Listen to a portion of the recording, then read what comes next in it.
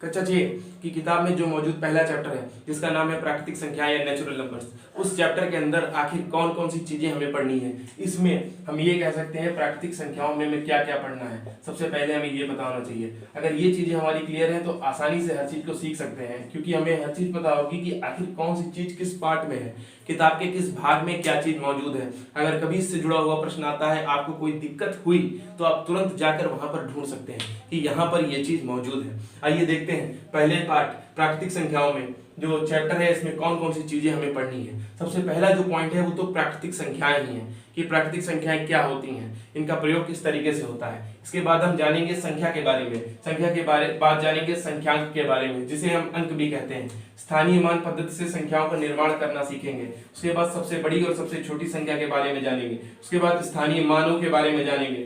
फिर इसके बाद आ जाएगा जो पहली प्रश्नावली है वने।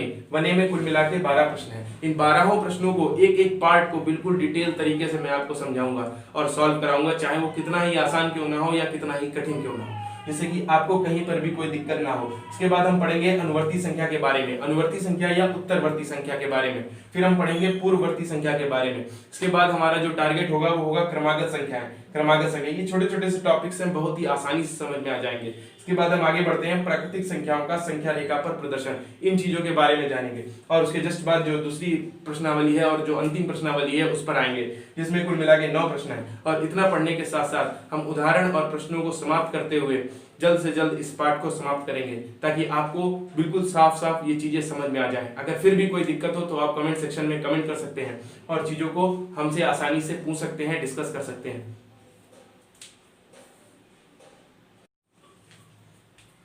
तो आइए साथियों, अब शुरू करते हैं आज का जो है पहला चैप्टर। इस मैथ्स का जो पहला चैप्टर है वो है प्राकृतिक संख्याएं, जिसके बारे में हमें क्या पढ़ना था, हमने ये चीजें जानी। इन चीजों को जानने के बाद अब हम सबसे पहले जो टॉपिक है वो यही है। पार्ट का जो सबसे पहला पन्ना है या जो पहला पेज है उस पर अगर आप देखते हैं तो वहां पर प्राकृतिक संख्याओं के बारे में दिया गया है। प्राकृतिक संख्याओं के बारे में बताया गया है कि हम प्रायः चीजों को गिनना शुरू करते हैं तो 1 से शुरू करते हैं। जैसे हमारे पास ये कितनी उंगलियां हैं तो हम शुरू करेंगे 1 2 3 4 5, इधर की जोड़ेंगे तो 6 7 8 9 10।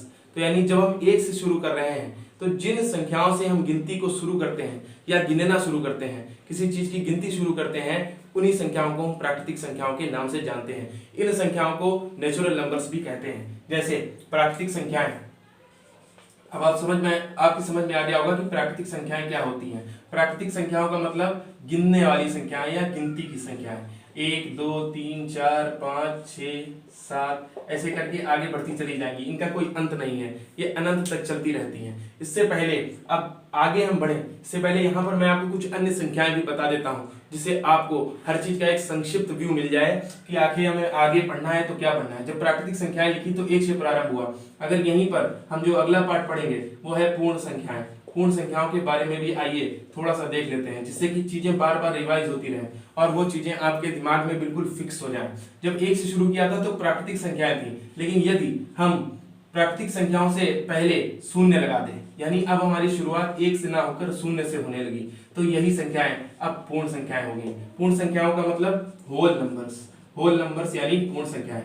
अब पूर्ण संख्याओं के आगे जो हमें अगला पार्ट पढ़ना है वो है हमारा पूर्णांक, जिन्हें हम इंटीजर्स कहते हैं। पूर्णांक में देखिएगा ध्यान से, अब हमारे पास पूर्ण संख्याएं हैं 0 1 2 3 4 आगे डॉट डॉट डॉट। इसी तरीके से अगर हम 0 से पहले की संख्याएं लेने लगे, यानी 0 से जब दाईं तरफ बढ़ते हैं तो धनात्मक संख्याएं आती हैं, लेकिन जब 0 से बाईं तरफ बढ़ेंगे तो ऋणात्मक संख्याएं आने लगेंगी। -1 -2 -3 ऐसे ही ये भी आगे बढ़ती चली जाएंगी और इन संख्याओं को हम कहेंगे पूर्णांक संख्याएं। तो सबसे पहले प्राकृतिक संख्याएं, गिनने वाली संख्याएं, 1 से प्रारंभ, 1 2 3 4 5 डॉट डॉट डॉट आगे। इसी तरीके से दूसरी पूर्ण संख्याएं यानी प्राकृतिक संख्याओं से शून्य जोड़ दिया जाए, प्राकृतिक संख्याओं से पहले शून्य लगा दिया जाए तो पूर्ण संख्याएं। और अगर शून्य के पहले की संख्या लिख दी जाए, यानी बाएं तरफ की, शून्य से बाएं तरफ की संख्याएं ऋणात्मक संख्याएं, ये लिख दी जाए तो यहाँ पर क्या हो जाएंगी, पूर्णांक संख्या हो जाएंगी। साथियों चलते चलते हम एक बात आपको और बताना चाहते हैं कि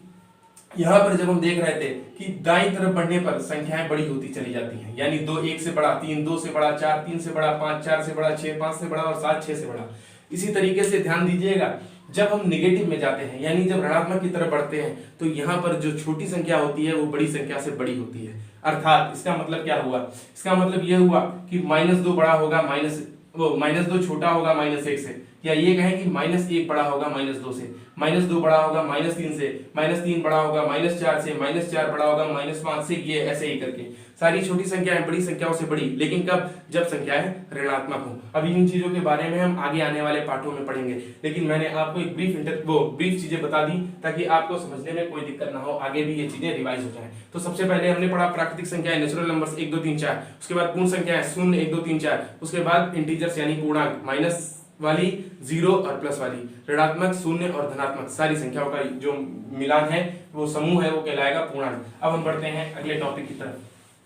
अगला जो हमारा पहला पेज है, अगर आप पुस्तक का पहला पेज देख रहे होंगे तो आप ये समझ सकते हैं कि दूसरे नंबर पे जो पॉइंट दिया गया है वो है संख्या और संख्यांक, संख्या और संख्यांक, संख्या और संख्यांक, और उसके साथ साथ एक फिगर दिया गया है, एक क्या 2 3 फिगर दिए गए हैं। इन 3 फिगरों में सबसे पहले 4 सेबों को बनाया गया है, 4 सेब बनाए गए हैं, 1 सेब, 2 सेब, 3 सेब और 4 सेब, ये इस तरीके से सेब बनाए गए हैं, बहुत सारे 4 सेब इधर बना दिए गए। इसके बाद 4 गेंदें बनी है। मैं आपको एक एक चीज बिल्कुल बुक की तरह से पढ़ा रहा हूँ, समझा रहा हूँ ताकि आपको सारी चीजें क्लियर हो जाए। ये 4 गेंदें बनाई गई हैं। इसके बाद जो तीसरा फिगर बना हुआ है उसमें 4 किताबें बनाई गई हैं, उसमें 4 किताबें बनाई गई हैं इस तरीके से।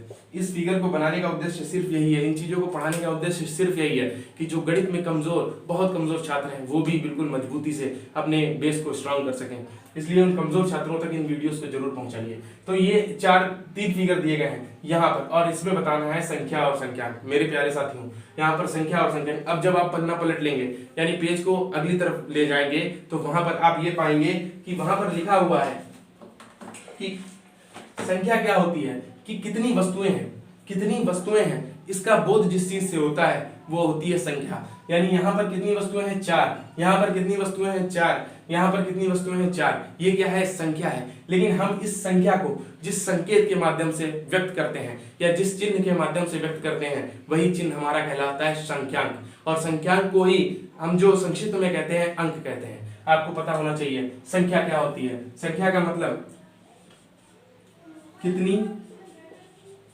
वस्तुएं हैं, इसका जवाब अगर हमें देना है कितनी वस्तुएं हैं, इसका जवाब अगर हमें देना है तो जो चीज हमें मिलेगी वो है संख्या। जैसे हमने यहां पर लिख दिया 4, तो ये क्या है, एक संख्या है। लेकिन यदि हम यहां पर ऐसे करके 4 लिख रहे हैं, एक अंक लिख रहे हैं, तो ये संख्यांक होगा, ये संख्यांक होगा। यानी संख्यांक है संकेत किसका, संख्या का। संख्यांक है संकेत किसका, संख्या का। इस तरीके से जैसे हिंदी में आप पढ़ते हैं लिपि के बारे में, जब किसी चीज को लिखते हैं वहां पर संकेतों की आवश्यकता होती है और वहीं पर वो स्क्रिप्ट या लिपि हो जाती है। जैसे भाषा हिंदी है लेकिन उसको लिखने के लिए प्रयोग किया जा रहा है देवनागरी लिपि का। इस तरीके से जो अशोक के शिलालेख मिले उनकी भाषा में देखिए ध्यान से, उसमें आर्मेक लिपि का प्रयोग हुआ। यानी जैसे जैसे भाषाएं बदल रही वहां पर उसकी लिपियां बदल रही हैं, लिपियों का प्रयोग किया जाता है संकेत के रूप में। वैसे ही यहाँ पर भी जो लिपि से ये जिस रूप में लिखा गया है उसे हम संख्यांक कह रहे हैं, और जो हमारा गिनती का अंक है उसे हम कहते हैं 4 या संख्या। संख्या कोई चीज कितनी है, और संख्यांक यानी उसको व्यक्त करने का संकेत। जी हाँ, आपको समझ में आ गया होगा संख्या और संख्यांक क्या होते हैं। अब इसके बाद हम आगे बढ़ते हैं। इसमें एक डेफिनेशन भी दे रखी है कि संख्याओं को जिन संकेतों द्वारा व्यक्त करते हैं उन्हें संख्यांक कहते हैं, और संख्यांक का अर्थ है संख्या को लिखने के लिए प्रयुक्त चिन्ह या संकेत। इसके बाद हम आगे बढ़ते हैं। जब हम आगे बढ़ते हैं तो हमें यह पता चलता है कि प्राचीन काल में यानी जब प्रारंभ में अंकों या संख्यांकों के बारे में पता चला या खोजा गया तो सबसे पहले 1 से 9 तक की संख्याएं खोजी गई थी मेरे प्यारे दोस्तों। शून्य नहीं पता था, फिर शून्य की खोज हमारे भारत ने की, शून्य की खोज हमारे भारत ने की। तभी वो गाना बना है जब 0 दिया मेरे भारत ने, दुनिया को तब गिनती आई। ये शून्य आया भारत ने, जिसको ढूंढा है भारत ने। इसके बाद हम आगे बढ़ते हैं। इसके बाद सारी संख्याएं बनने लगी, बड़ी बड़ी संख्याएं जिनके मदद से करोड़ अरब ऐसे करके संख्याएं बनी। तो हम आगे बढ़ते हैं। इसके बाद जब हम आगे देखते हैं आपकी पुस्तक में तो इसमें विभिन्न प्रकार की लिपियों में अंकों को लिखा गया है। ये बहुत ज्यादा काम की चीज नहीं है, इसको आप छोड़ सकते हैं। इसके बाद हम जब आगे बढ़ते हैं तो हमें पता चलता है कि भारतीयों ने जो है शून्य का आविष्कार किया था। इसके बाद हम देखते हैं संख्यांक को ही शॉर्ट में, संख्यांक को शॉर्ट में क्या कहते हैं, अंक कहते हैं। संख्यांक को संक्षिप्त में कहा जाता है अंक। अब जब हम आगे बढ़ेंगे तो हमें क्या मिलता है, स्थानीय मान पद्धति से संख्याओं का निर्माण। स्थानीय मान पद्धति से संख्याओं के निर्माण के बारे में पढ़ेंगे, कैसे स्थानीय मान के द्वारा संख्याओं का निर्माण होता है। सबसे पहले हम ये समझते हैं किसी संख्या के कितने मान हो सकते हैं। तो आप ये याद रखिए, संख्याओं के मुख्य रूप से दो मान हो सकते हैं। पहला मान है स्थानीय मान, जिसके बारे में हम चर्चा करने जा रहे हैं। स्थानीय मान, पहला मान है स्थानीय मान और दूसरा मान है जातीय मान। दूसरा मान है जातीय मान। अगर आप इंग्लिश में पढ़ेंगे तो इसे कहते हैं प्लेस वैल्यू, इसे कहते हैं प्लेस वैल्यू और इसे कहते हैं फेस वैल्यू।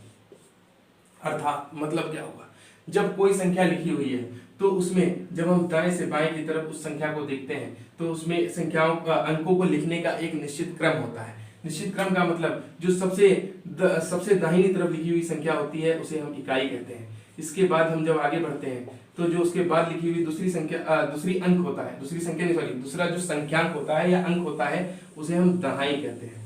इसके बाद जब हम इसके आगे बढ़ते हैं यानी इसके आगे का जो अंक होता है उसे हम कहते हैं सैकड़ा। सैकड़ा 100 का होता है। इसके बाद हम आगे बढ़ते हैं तो वो आ जाती है हजार। हजार के बाद जब हम आगे बढ़ते हैं तो इसी तरीके से आ जाता है 10,000। 10,000 के आगे बढ़ने पर आ जाएगा 1 लाख, या यूं कहें कि लाख आ जाता है। लाख के बाद जब हम आगे बढ़ेंगे तो आ जाएगा 10 लाख।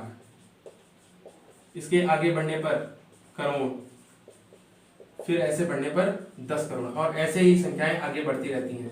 अब मैं आपको बताता हूं यहाँ पर स्थानीय मान का मतलब क्या हुआ। स्थानीय मान यानी कोई संख्या किस स्थान पर मौजूद है। क्या वो इकाई के स्थान पर मौजूद है, क्या वो दहाई के स्थान पर मौजूद है, क्या वो सैकड़े के स्थान पर मौजूद है, या वो 1000 के स्थान पर मौजूद है, या वो 10,000 के स्थान पर मौजूद है, या वो लाख के स्थान पर मौजूद है, 10 लाख के स्थान पर मौजूद है, करोड़ के स्थान पर मौजूद है, 10 करोड़ के स्थान पर मौजूद है, या आगे बढ़ते हुए अरब के स्थान पर मौजूद है, 10 अरब के स्थान पर मौजूद है। वो किस स्थान पर मौजूद है, ये मान स्थानीय मान होता है। जैसे इकाई पर है तो इकाई में सिर्फ एक संख्या, इकाई में सिर्फ एक संख्या होगी, इकाई में सिर्फ एक संख्या होगी। लेकिन जब दहाई में होगा, दहाई 10 का होता है यानी उसके साथ 10 को गुणा कर दिया जाएगा। दहाई का मतलब 10 के साथ यानी उसके साथ 10 की गुणा। सैकड़ा यानी 100, हजार यानी 1000 से गुणा, 10,000 यानी 10,000 से गुणा और 1 लाख अगर लिखना है तो 5 जीरो लगा दीजिए, 5 जीरो लगा दीजिए और 1 लाख के साथ गुणा कर दीजिए किसी भी संख्या का स्थानीय मान निकालने के लिए, यदि वो इस स्थान पर मौजूद है तब। आइए देखते हैं कुछ उदाहरणों को, उनके द्वारा समझते हैं स्थानीय मानों से क्या मतलब है। पहले मैं आपको अपनी तरीके से समझाता हूं, फिर आप पुस्तक वाले उदाहरण को समझ सकते हैं। सबसे पहले हम देखते हैं एक संख्या, जैसे ये लिखा हुआ है 5 4 3 2 1। अब हमसे कहा जाए कि इनमें सभी अंकों के स्थानीय मानों के बारे में बताइए। सभी अंकों के, इस संख्या में सभी अंकों के स्थानीय मानों के बारे में बताइए, या इसे पूरा खोलकर स्थानीय मानों के रूप में लिखिए। स्थानीय मानों के रूप में इस संख्या को लिख दीजिए। तो हम सबसे पहले क्या करेंगे, इसका तरीका क्या होता है ध्यान से देखिएगा। सबसे पहले इकाई वाले अंक को हम लिख देते हैं 1। इकाई वाला अंक अकेला होता है इसलिए वो सिर्फ 1 रहेगा। इकाई वाले अंक के साथ 1 की गुणा हो सकती है लेकिन हम ऐसे ही सीधे 1 लिख देते हैं। इसके बाद दहाई वाला अंक यानी 2 लिखा है, 2 कहां पर है, दहाई वाले पर। इसके बाद जितनी भी संख्या है हमें उसके बाद उतने ही जीरो लगा देने होते हैं। जैसे 2 लिखा है, इसके बाद 1 थी, 1 अंक था, 1 अंक के लिए 1 जीरो लगा दिया यानी 20, ये दहाई के स्थान पर आ गया। इसके बाद हम प्लस लगाते हैं। ये आप देख रहे हैं इकाई, दहाई, सैकड़ा सैकड़े के स्थान पर है। सैकड़े के स्थान के लिए हमने सबसे पहले 3 को लिखा। इसके आगे कितने अंक हैं, 2, 1 2 अंक हैं तो हमने यहाँ पर 2 जीरो लगा दिए यानी इसका स्थानीय मान कितना हो गया, 300। इसका स्थानीय मान कितना हो गया, 300। इसके बाद हम जब आगे बढ़ते हैं तो यहाँ पर 4 लिखा। 4 के बाद मौजूद अंक कितने हैं, 1 2 3, तो हमने क्या किया, 1 2 3 जीरो लगा दिए। 4 का स्थानीय मान क्या हो गया, 4000, क्योंकि ये 1000 की पोजीशन पर मौजूद है इसलिए यहाँ पर 4000 लिखा गया। इसके बाद हम जब आगे बढ़ते हैं तो 5 देखते हैं किस स्थान पर है, इकाई, दहाई, सैकड़ा, 1000, 10,000, ये 10,000 के स्थान पर है यानी 5 के बाद हमें कितने जीरो लगाने होंगे, 4 जीरो, क्योंकि 4 अंक भी आप ऐसे देखें तब भी समझ सकते हैं 4 अंक, वरना आप देख सकते हैं 10,000 के स्थान पर है यानी 5 के बाद 4 जीरो, 1 2 3 4। अब अगर हम इसे और खोलना पड़े यानी और ओपनली लिखना पड़े कि ये किस स्थान पर है तो हम किस तरीके से इसे दिखा सकते हैं, ध्यान से देखिएगा। 1 तो 1 ही लिखा रहेगा, या आप ऐसे लिख सकते हैं इकाई के स्थान पर है तो 1 से गुणा, फिर दहाई के स्थान पर है तो 2 तो अलग है, 2 का जो मान है, इस मान को, ये जो 2 लिखा हुआ है इसे कहते हैं जातीय मान या फेस वैल्यू। फेस का मतलब वो क्या दिख रहा है, बस वही उसका मान है, वो क्या दिख रहा है वही उसकी फेस वैल्यू या जातीय मान है। अगर ये 1 लिखा है तो ये 1 दिख रहा है, यानी इसका जातीय मान 1 है। ये 2 लिखा है, ये 2 दिख रहा है, इसके लिए इसका जातीय मान 2 है। और यहाँ पर 3 लिखा है, इसका जातीय मान 3। यहाँ पर 4 लिखा है, इसका जातीय मान 4। यहाँ पर 5 लिखा है, इसका जातीय मान 5। लेकिन स्थानीय मान का कॉन्सेप्ट थोड़ा सा अलग है। वहां पर उसके खुद की जाति से ज्यादा बढ़कर आवश्यक है उसका स्थान कहाँ पर मौजूद है, किस स्थान पर मौजूद है, किस पोजीशन पर मौजूद है। आइए जानते हैं कि जब हम 2 को लिखेंगे तो 2 का हमें पता है दहाई के स्थान पर है तो 10 से गुणा हो जाएगी। जब हम 3 को लिखेंगे तो 3 हमें पता है सैकड़े के स्थान पर है तो 100 से गुणा हो जाएगी। इसके बाद जब हम 4 को लिखेंगे तो 4 हमें पता है 1000 के स्थान पर है, यानी 1000 से गुणा हो जाएगी। और जब हम 50,000 को लिखेंगे, यानी 5 को लिख रहे हैं, इसका जातीय मान 5 है ना, जातीय मान लिख दिया और स्थानीय जो स्थान है वहां से गुणा कर दी। इस तरीके से इसको पूरा खोला जा सकता है। ये मैंने आपको एक बार बताया कि यहाँ पर स्थानीय मान किस तरीके से लिखा जा सकता है। अब मैं कुछ और प्रश्न आपको देता हूं जिस पर आप अपना हाथ आजमाइए और जरा बताइए। फिर इसके बाद हम चलेंगे जो इसमें एक्सरसाइज और उदाहरण दिए गए हैं। जैसे एक ये संख्या लिखी है 4 3 2 1। अब मैं आपसे पूछूं कि 3 का स्थानीय मान क्या होगा, तो आप तुरंत बताएंगे। 3 लिख लिया और 3 के साथ आगे मौजूद जितने भी अंक है उतने शून्य लगा दिए, 300। या ऐसा कर सकते हैं, इकाई दहाई सैकड़ा, सैकड़े के स्थान पर है यानी 3 के आगे 2 जीरो लग जाएंगे, 300। मैं पूछूं 4 का स्थानीय मान क्या होगा, तो आप 4 लिखेंगे और 4 के बाद क्या करेंगे, आप देख रहे हैं 4 के बाद कितने अंक हैं, या तो इस तरह से कर लें, उतने शून्य लगा दे, 3 अंक 3 शून्य। या तो देखें इकाई दहाई सैकड़ा हजार, 1000 के स्थान पर है तो 4 के आगे 1000 वाले 3 जीरो, 1000 में 3 जीरो, 10,000 में 4 जीरो, लाख में 5 जीरो, 10 लाख में 6 जीरो।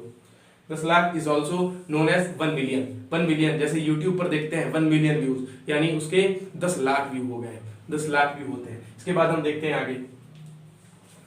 आगे बढ़ते हैं। अब किताब पर आते हैं, देखते हैं किताब में इस बारे में क्या कहा गया है।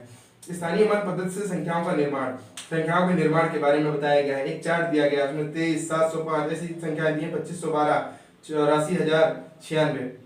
इकाई दहाई सैकड़ा, 1000, 10,000 करके आप इन संख्याओं को पढ़ सकते हैं। अगर आवश्यकता पड़ती है तो 3, 4, 5 की किताबें भी आपको पढ़ाई जाएंगी। इसके बाद हम आगे बढ़ते हैं। जब हम आगे बढ़ेंगे तो हमें मिलता है इस जो अगला जो पेज है उसमें इन्हीं चीजों को आपको सिखाया गया है कि अगर 3 अंक दे दिए जाए, जैसे यहाँ पर 2, 3 और 5 अंक आपको दिया गया है, इन अंकों की मदद से विभिन्न प्रकार की संख्याएं बनानी है, तो इन्हें हम किस तरीके से बना सकते हैं। बहुत ही अच्छा क्वेश्चन है। चूंकि ये 3 अंक हैं इसलिए बारी बारी से इन्हें बदल बदल कर लिखना है। और इन संख्याओं को आप किस प्रकार निर्मित करेंगे मैं आपको ये बिल्कुल बेस से बताता हूँ। सबसे पहले हमारे पास 2 अंक है, हम क्या करते हैं, 3 अंक है तो 3 बॉक्स बना लेते हैं, 3 बॉक्स बना लेते हैं। पहली बार में 3 बॉक्स बनाएंगे फिर नहीं बनाएंगे। जैसे पहले हमने 2 को यहाँ पर लिख लिया, फिक्स कर लिया, यहाँ पर इसे रोक दिया, अब हम इसे नहीं लाएंगे। अभी जब तक इन दोनों को बदल बदल के नहीं लिख लेते तब तक इसको कहीं नहीं लाएंगे। अब हम यहाँ पर लिखते हैं 3 और यहाँ पर लिख देते हैं 5, यानी ये संख्या बन के आ गई 235। इस तरीके से हम अगली संख्या बनाएंगे, 2 को नहीं हिलाएंगे, अब हम 5 को हिला सकते हैं और 3 को हिला सकते हैं, यानी संख्या आ गई 253। क्या आपने देखा, अब 3 और 5 दोनों तरीके से लिखे जा चुके हैं, इसके अलावा इनको लिखने का कोई दूसरा तरीका नहीं है। तो 2 जब पहले पोजीशन पर था, यानी 2 जब सैकड़े के स्थान पर था, तो 3 और 5 को सिर्फ इन्हीं 2 तरीकों से लिखा जा सकता था। अब हम पहला स्थान बदल देते हैं, पहले स्थान पर रख देते हैं 3 को। अब जब हमने 3 को पहले स्थान पर रखा तो हमारे पास 2 और 5 बचे, तो 2 और 5 को एक बार 325 और एक बार फिर से 3 को फिक्स करा तो एक बार 352। अब इन दोनों को नहीं बदला जा सकता, यानी अब इस 3 से शुरुआत होने वाली जो संख्याएं हैं इन अंकों के द्वारा वो 2 ही बन सकती हैं। इसके बाद अब हमारे पास बचा है 5, हमने 5 फिर से लिखा। 5 लिखने के बाद हमारे पास बचता है 3 और 2। 3 और 2 तरीके से, एक बार 2 3 लिख लेंगे, एक बार 5 का 3 और 2 लिख लेंगे, बस 2 2 4 2 6 संख्याएं बन गई। कुल मिला के 6 संख्याएं बन गई। कैसे बनी, किसी भी एक अंक को आप सबसे पहले फिक्स कर लें और बाकी संख्याओं को बदलते रहें। इस तरीके से आपको 3 अंक वाली संख्याएं मिल जाएंगी। अब इसमें पूछा जाता है कभी कभी कि सबसे बड़ी संख्या कौन सी और सबसे छोटी कौन सी। सबसे बड़ी संख्या क्या है, इसमें आप देख सकते हैं 532 है, और सबसे छोटी संख्या कौन सी होगी, सबसे छोटी संख्या 200 से शुरू होगी, 235। सबसे छोटी संख्या 235 हो जाएगी। ये आपके इसमें दिया गया है, इस पेज पे आप देख सकते हैं और यहाँ से समझ भी सकते हैं। इसके बाद हम बढ़ते हैं आगे। जब हम आगे बढ़ते हैं तो इस चीज को बिगाड़ते हैं। जातीय वैल्यू का मतलब होता है उस अंक का मान कौन सा अंक है, और स्थानीय मान का मतलब इकाई दहाई सैकड़ा 1000 10,000 वो कहाँ पर मौजूद है। अभी हम आगे बढ़ेंगे तो और क्वेश्चंस इस तरीके के मिलेंगे जब हम आगे बढ़ेंगे जी। तो आगे जब हम बढ़ते हैं तो इस पेज में तो जो है कुछ भी नहीं रह गया, ज्यादातर दो चार क्वेश्चन और इसी तरीके के दिए गए, हमसे ज्यादा आपको मतलब नहीं है। इसके बाद जब हम एक निष्कर्ष दिया गया है, अगले पेज पर एक निष्कर्ष दिया गया है कि सबसे छोटी संख्या प्राप्त करने के लिए शून्येतर माने शून्य को छोड़कर अन्य सभी अंकों को बाईं ओर से आरोही क्रम में लिखा जाता है। शून्य को छोड़कर सभी अंकों को बाईं ओर से आरोही क्रम में लिखा जाता है, यानी सबसे छोटी संख्या है। सबसे छोटी संख्या प्राप्त करने का मतलब समझ लीजिए फिर से एक बार, जैसे ये 2 दिया, ये आपको 0 दिया, ये 3 दिया, ये 5 दिया। अब कह रहा है कि सबसे छोटी संख्या इससे ज्ञात करो, लेकिन 4 अंकों की 4 अंकों की सबसे छोटी संख्या ज्ञात करो। अगर हम शून्य को पहले रख दें, 0 2 3 5, तो ये संख्या हमारे पास आएगी 0 235। और जब संख्या से पहले 0 से पहले कोई अंक नहीं होता है तो उसका कोई अस्तित्व नहीं होता है। इस संख्या का अर्थ हो गया 235, जो कि 3 अंकों की हो गई, लेकिन हमें 4 अंकों की बनानी है। जब 4 अंकों की संख्या बनानी हो और सबसे छोटी संख्या बनानी है तो हम सबसे पहले क्या करते हैं, जरा ध्यान से देखिएगा। सबसे पहले रखते हैं 2 के बाद रख देंगे सबसे छोटे 0 को, और इसके बाद 3 रख देंगे, और इसके बाद 5 रख देंगे। ये 4 अंकों की सबसे छोटी संख्या होगी। यही पॉइंट लिखा हुआ है कि जब सबसे छोटी संख्या बनाते हैं तो 0 को छोड़कर सबसे छोटी संख्या जो मतलब अंक दिए गए हैं, इन अंकों को रखते हैं आरोही क्रम में, बाएं से आरोही क्रम में, बाएं से आरोही क्रम में, और 0 को जो है वो जस्ट पहले अंक के बाद रख देते हैं। 0 को पहले अंक के बाद रख देते हैं। इसके बाद हम देखिए दूसरा जो पॉइंट दिया गया, 0 की दशा में बाएं से दूसरे स्थान पर 0 लिखा जाता है। बिल्कुल सही, जब 0 मौजूद हो, यही चीज हम बात कर रहे थे कि जब 0 मौजूद हो तो 0 को क्या करा जाता है, बाएं के जो पहला अंक लिखा है उसके जस्ट बाद लिख देते हैं। इसके बाद हम आगे बढ़ते हैं। अगला पॉइंट दिया गया है, दिए गए अंकों को अगर हम इनको पलट दें, यानी इस तरीके से 5 3 0 2 ऐसे लिखा हुआ है, तो ये कहा जा रहा है कि लेकिन ये 0 का केस अलग होता है, वरना ये संख्या सबसे बड़ी संख्या होती है। अगर यहाँ पर कोई और अंक होता तो ये सबसे बड़ी संख्या होती, लेकिन यहाँ पर जो है ये 0 दिया गया है, इसलिए हम यहाँ पर थोड़ा सा बदलाव कर सकते हैं, 5320 कर सकते हैं, और ये सबसे बड़ी संख्या हो जाएगी। इसके बाद हम आगे बढ़ते हैं। इसके बाद जब हम आगे बढ़ते हैं, पहला उदाहरण मिल रहा है, उदाहरण नंबर 1 देखने को मिलता है। इसको रफ कर देते हैं, फिर आगे बढ़ते हैं। एक उदाहरण सॉल्व कराऊंगा आपको, बिल्कुल ध्यान से काम करना है ताकि आपको सारी चीजें क्लियर हो जाए। इस चैप्टर, ये जो चैप्टर है इसका पीडीएफ आपको लिंक वाले डिस्क्रिप्शन बॉक्स में लिंक के रूप में मिल जाएगा, उसको डाउनलोड कर सकते हैं और पढ़ के पूरा सॉल्व कर सकते हैं। पहला उदाहरण दिया गया है 5 3 8 1, 5, 3, 8, 1 में सभी अंकों का प्रयोग करके 4 अंकों की सबसे बड़ी और सबसे छोटी संख्या बताइए। 4 अंक, सबसे पहली चीज बताई गई, दूसरी चीज बताई गई सबसे बड़ी संख्या, तीसरी चीज बताई गई सबसे छोटी संख्या। इसके बाद हम देखते हैं सबसे बड़ी संख्या की बात करते हैं। 4 अंक होने चाहिए, सबसे बड़ी और सबसे छोटी। सबसे बड़ी संख्या लिखने के लिए अभी हमने पढ़ा कि हम क्या करते हैं, बड़े से छोटे की तरफ संख्याओं को लिखते चले जाते हैं। 8, फिर उसके बाद सबसे 8 से छोटा 5, 5 से छोटा 3, और 3 से छोटा 1। ये क्या हो जाएगी, 4 अंकों की सबसे बड़ी संख्या, 4 अंकों की सबसे बड़ी संख्या, 4 अंकों की सबसे बड़ी संख्या। इसके बाद जब हम अगला देखते हैं, अगर इसी संख्या को पलट दें तो 4 अंकों की सबसे छोटी संख्या मिल जाएगी। 4 अंकों की सबसे छोटी संख्या। इस तरीके से हमने देखा कैसे अंक दिए गए हैं उनकी मदद से बड़ी संख्या बनाई और छोटी संख्या बनाई, और इसके साथ बस यही लिखना था। इसके साथ ही ये एग्जाम्पल जो है समाप्त होता है। आपने देखा 4 अंक दिए गए हैं, सबसे बड़ी संख्या कैसे, जो बड़े से छोटे की तरफ अंकों को लिखते चले जाते हैं बाईं तरफ से, बड़े से छोटे की तरफ, बड़े से छोटे यानी अवरोही क्रम में बढ़ते चले जाते हैं, और जब इसको पलट देते हैं तो सबसे छोटी संख्या मिल जाती है। इसके बाद हम अगला उदाहरण देखते हैं, उदाहरण नंबर 2 जो कि है। दूसरे नंबर उदाहरण में आपको ये बताया गया है कि अंकों 2 3 और 8 का प्रयोग करके 2 3 और 8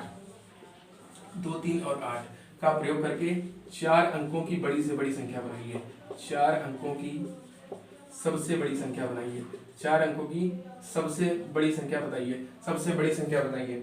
सबसे बड़ी संख्या 4 अंकों की बनानी है 2 3 और 8 का प्रयोग करके, और इसके साथ साथ दी गई है सबसे छोटी संख्या, सबसे बड़ी और सबसे छोटी। अब प्रश्न उठता है, यहाँ पर तो 3 ही अंक दिए गए, 3 अंकों की मदद से 4 अंक की संख्या कैसे बनाएं। लेकिन अगर आपको कभी 3 अंक दिए गए हों और आप 4 अंकों की संख्याएं बनाना चाह रहे हैं या पूछा गया है, तो आप क्या कर सकते हैं, किसी भी अंक को रिपीट कर सकते हैं, या आप क्या कर सकते हैं, उसकी पुनरावृत्ति कर सकते हैं। किस प्रकार से पुनरावृत्ति कर सकते हैं, ये जरा ध्यान से देखिए।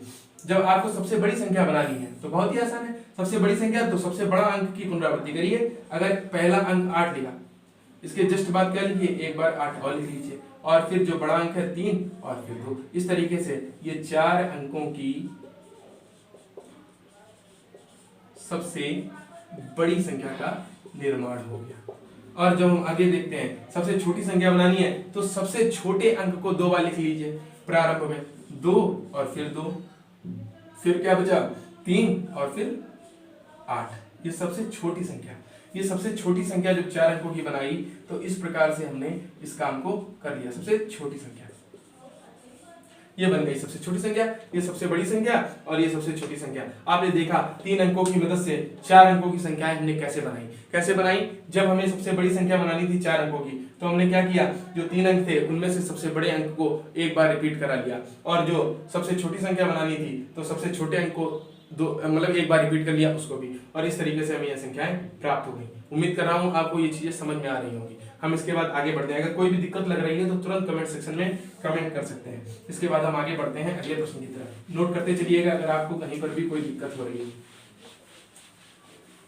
अब जब हम आगे बढ़ते हैं तो सबसे पहले हम देखते हैं उदाहरण नंबर 3। अभी उदाहरण नंबर 3 हमारा जो है वो बाकी है। उदाहरण नंबर 3 में कह रहा है 2050 2050 2,0,5,0 को लेकर 4 अंकों की सबसे बड़ी और सबसे छोटी संख्या हमें बतानी है। 4 अंकों की, अंक 4 है।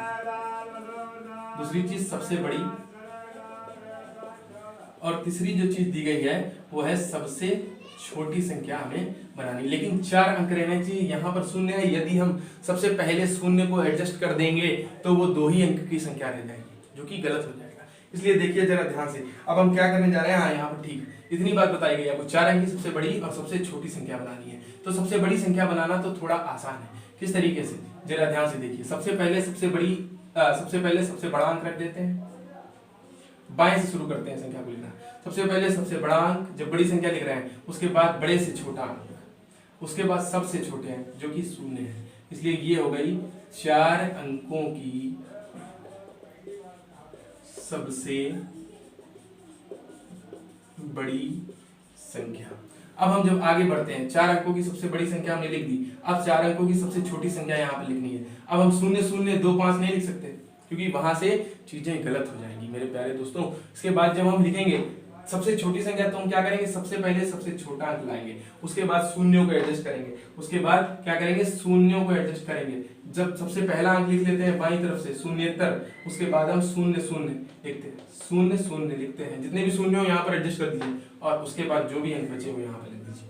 ये 4 अंकों से बनने वाली, इन 4 अंकों से बनने वाली सबसे छोटी संख्या होगी। उम्मीद कर रहा हूँ साथियों आपको ये चीज बहुत अच्छे से समझ में आ रही होगी। अगर कोई डाउट है तो मैं आपको एक क्वेश्चन तुरंत ही बना के बताता हूँ। जैसे एक दिया गया है 0 5 3 0। अब इसकी मदद से आपको 4 अंकों की सबसे बड़ी संख्या और 4 अंकों की सबसे छोटी संख्या बतानी है। आप बताइए जल्दी से। 4 अंकों की सबसे बड़ी संख्या क्या होगी, सबसे पहले सबसे बड़ा अंक, उसके बाद उससे छोटा अंक, उसके बाद 2 जीरो। इसके बाद 4 अंकों की सबसे छोटी संख्या क्या होगी, 0 0 से शुरू नहीं होगा क्योंकि फिर 2 ही अंक बचेंगे। हम सबसे पहले सबसे छोटा अंक 3 लिखते हैं, 3 के बाद आ जाते हैं 0 0 और उसके बाद 5। ये सबसे बड़ी संख्या 4 अंकों की, ये सबसे छोटी संख्या। अब तक आप निश्चित ही इस चीज को समझ गए होंगे। अब हम बढ़ते हैं आगे। 3 उदाहरण थे, तीनों उदाहरणों को कर लिया है। अब हम बढ़ेंगे प्रश्नावली की तरफ। प्रश्नावली जिसमें आपके कुल मिला के, रुक जाइए, भी थोड़ी और चीजें दी गई हैं। सबसे बड़ी और सबसे छोटी संख्याओं के बारे में बताया गया है। सबसे बड़ी और सबसे छोटी संख्याओं के बारे में बताया गया है। तो इसमें इस तरीके से बताया गया है, एक अंक की सबसे बड़ी संख्या, एक अंक की सबसे बड़ी संख्या। जब एक अंक की सबसे बड़ी संख्या के बारे में हम जानेंगे तो हमें पता है एक अंक वाले अंक कहां से शुरू होते हैं, 1 से शुरू होते हैं। प्राकृतिक संख्याओं के बारे में कर रहे हैं बात, तो प्राकृतिक संख्याएं 1 से शुरू होती हैं। जब हम 1 से शुरू करते हैं तो एक अंक कहां तक रहते हैं, 1 2 3 4 5 6 7 8 9 तक, क्योंकि 9 के बाद जब हम आगे बढ़ते हैं तो 10 हो जाता है, जो कि 2 अंक हो जाते हैं। इसलिए एक अंक की सबसे बड़ी संख्या 10 से पहले वाली संख्या यानी कि 9। और अगर हम बात करें एक अंक की सबसे बड़ी संख्या तो हो गई 9, और अगर कहा जाए एक अंक की सबसे छोटी संख्या, एक अंक की सबसे छोटी संख्या तो कौन सी हो जाएगी, 1 से प्रारंभ किया तो एक अंक की सबसे छोटी संख्या हो जाएगी। इसके बाद 2 अंकों की बात कर रहा है, यानी 2 अंकों की बात करेंगे तो 2 अंक की सबसे बड़ी संख्या। अब जब देखिए ध्यान से, 2 अंक कहां तक चलते हैं, 10 से प्रारंभ होकर 99 तक, क्योंकि उसके बाद 100 आ जाता है। तो जो सबसे बड़ी संख्या होगी 2 अंक की वो हो जाएगी 99। और इसके बाद 2 अंक की सबसे छोटी संख्या की बात करें तो सबसे पहले कहां पर आया था, अगर 9 में 1 जोड़ दिया जाए तो क्या हो जाएगा 10, और यही 10 जो है 2 अंकों की सबसे छोटी संख्या होगी। इसके बाद 3 की बात करते हैं तो 3 अंकों की सबसे बड़ी संख्या यहाँ पर आएगी। 3 अंकों की सबसे बड़ी संख्या होती है 1000। 1000 से पहले 999, 1000 4 अंकों में पहुंच जाएगा, उससे एक पहले रहेंगे तो 999 सबसे अंतिम और सबसे बड़ी 3 अंकों की संख्या है। इसके बाद 3 अंकों की सबसे छोटी संख्या की बात करते हैं तो सबसे छोटी संख्या 3 अंकों की कहां पर प्रारंभ होगी, जहां पर 2 अंक समाप्त हो जाए। 2 अंक समाप्त हुए 99 पर, 3 अंक शुरू हुए 100 पर, यानी ये संख्या हो जाएगी 100। आप इस पैटर्न को समझ रहे हैं, जब भी किसी बड़ी अंक की बात की जाती है या बड़ी संख्या की बात की जाती है तो वहां पर 9 आता है, और जब छोटी संख्या की बात होती है तो वहां पर 1 के साथ शून्य आ जाते हैं। जरा ध्यान से देखिए, जब 1 अंक की सबसे बड़ी की बात हुई तो सिर्फ 1 9 आया, 2 अंक की सबसे बड़ी की बात हुई तो 2 9 आए, जब 3 अंक की सबसे बड़ी की बात की तो 3 9 आए। अगर मैं आपसे कहूँ 4 अंक की सबसे बड़ी होगी तो क्या कहेंगे 9 9 9 9। 5 अंक की सबसे बड़ी संख्या तो उतने ही 9 लिख दीजिए। ये सबसे बड़ी संख्या निकालने का अच्छा तरीका है, इसे आप शॉर्ट ट्रिक भी कह सकते हैं। 3 और 3 6 अंकों की सबसे बड़ी संख्या 9 9 9 9 9 9 हो गई। इसके बाद हम ध्यान देते हैं छोटी संख्याओं के बारे में। छोटी संख्या कैसे निकालें, जब 1 अंक की सबसे छोटी संख्या तो 1 ही है। इसके बाद जब 2 अंक की सबसे छोटी संख्या की बात करते हैं तो 1 के आगे उतने जीरो बढ़ा दीजिए जितने अंकों की आपको जरूरत है, यानी कि हमें 2 अंक चाहिए तो हो गए 10, 1 लिखा था उसके आगे शून्य बढ़ा दिया। इसके बाद 3 अंकों की बात हुई तो 1 लिख दिया और 1 अंक हो गया, इसके बाद 2 जीरो बढ़ा दिया, 3 अंक हो गए। इसके बाद 4 अंकों की चाहिए तो 1 लिख दिया, इसके आगे 3 जीरो बढ़ा दिए। अगर 5 अंकों की चाहिए तो 1 लिख दिया, 1 2 3 4 कर दिए। 6 अंकों की चाहिए तो 1 लिख दिया, इसके आगे उतने ही शून्य बढ़ा दीजिए जितने अंकों की आपको, मतलब जितने अंक पूरी संख्या को पूरा करने में कम पड़ रहे हैं। 1 2 3 4 5 6, ये 6 अंकों की सबसे छोटी संख्या, 5 अंकों की सबसे छोटी संख्या, 4 अंकों की सबसे छोटी संख्या, 2 अंकों की सबसे छोटी संख्या, नहीं 3 अंकों की सबसे छोटी संख्या, 2 अंकों की सबसे छोटी संख्या और 1 अंकों की सबसे छोटी संख्या। ये कॉन्सेप्ट हो गया बड़ी संख्या और छोटी संख्या का। बहुत ही अच्छी तरीके से आपको समझ में आया होगा। अगर कोई डाउट लगे इवन 1% तो आप तुरंत कमेंट सेक्शन में कमेंट करिए और मैं आपको फिर से इस चीज को समझाऊंगा। इसके बाद हम आगे बढ़ते हैं अगली चीज की तरफ। अगली जो चीज आ रही है वो इसमें आपकी बुक के हिसाब से ही मैं बता रहा हूँ कि अगले पार्ट में आपको बता रहा है फिर से स्थानीय मान के बारे में। इस चीज के बारे में हम पहले से ही पढ़ चुके हैं और मैंने आपको ये सारी डिटेलिंग पहले से ही बता रखी है। इसके बाद हम जब आगे बढ़ेंगे तो किसी संख्या में प्रत्येक स्थान के संगत अंक का मान अलग अलग होता है, इसे अंक का स्थानीय मान कहते हैं। बिल्कुल सही, यानी जिस स्थान पर वो मौजूद है, इकाई, दहाई, सैकड़ा, हजार, उस स्थान के आधार पर उस अंक के मान को ही स्थानीय मान कहते हैं। और किसी भी अंक के अपने स्वयं के मान को जातीय मान कहते हैं कि वो किस जाति का है, 1 का है, 2 का है, 3 का है, 4 का है, ये वो जातीय मान कहलाएगा या फेस वैल्यू कहलाएगी। पहली वाली प्लेस वैल्यू। इसके बाद हम आगे बढ़ते हैं तो चौथा उदाहरण आ जाता है। चौथे उदाहरण में दिया गया है 3 4 7 7, ये संख्या दी गई है 3 4 7 7 3477। इसमें 7 जो दिए गए हैं उनके दोनों सातों के स्थानीय मान निकालने हैं। दोनों सातों के स्थानीय मान निकालने आप बहुत ही आसानी से बता सकते हैं। 7 सबसे पहला 7 इकाई पर है, यानी पहले 7 का जो स्थानीय मान है वो कितना हो जाएगा 7 हो जाएगा। इसके बाद बता रहा है दोनों सातों के स्थानीय मान बताने हैं। तो हम क्या करते हैं, 7 का स्थानीय मान तो 7 ही रहेगा, लेकिन इससे अच्छा ये है कि हम पूरे नंबर को खोल लेते हैं, पूरी संख्या को खोल लेते हैं। किस तरीके से, इकाई पर है 7 तो 7 लिखा रहने दिया, प्लस कर दिया। अब यहाँ पर दहाई पर है 7 तो ये क्या हुआ 70 हो गया। ये सैकड़े पे है, सैकड़े पर है तो 4 लिखा और आगे कितने अंक है 2 तो 2 जीरो बढ़ा दिया।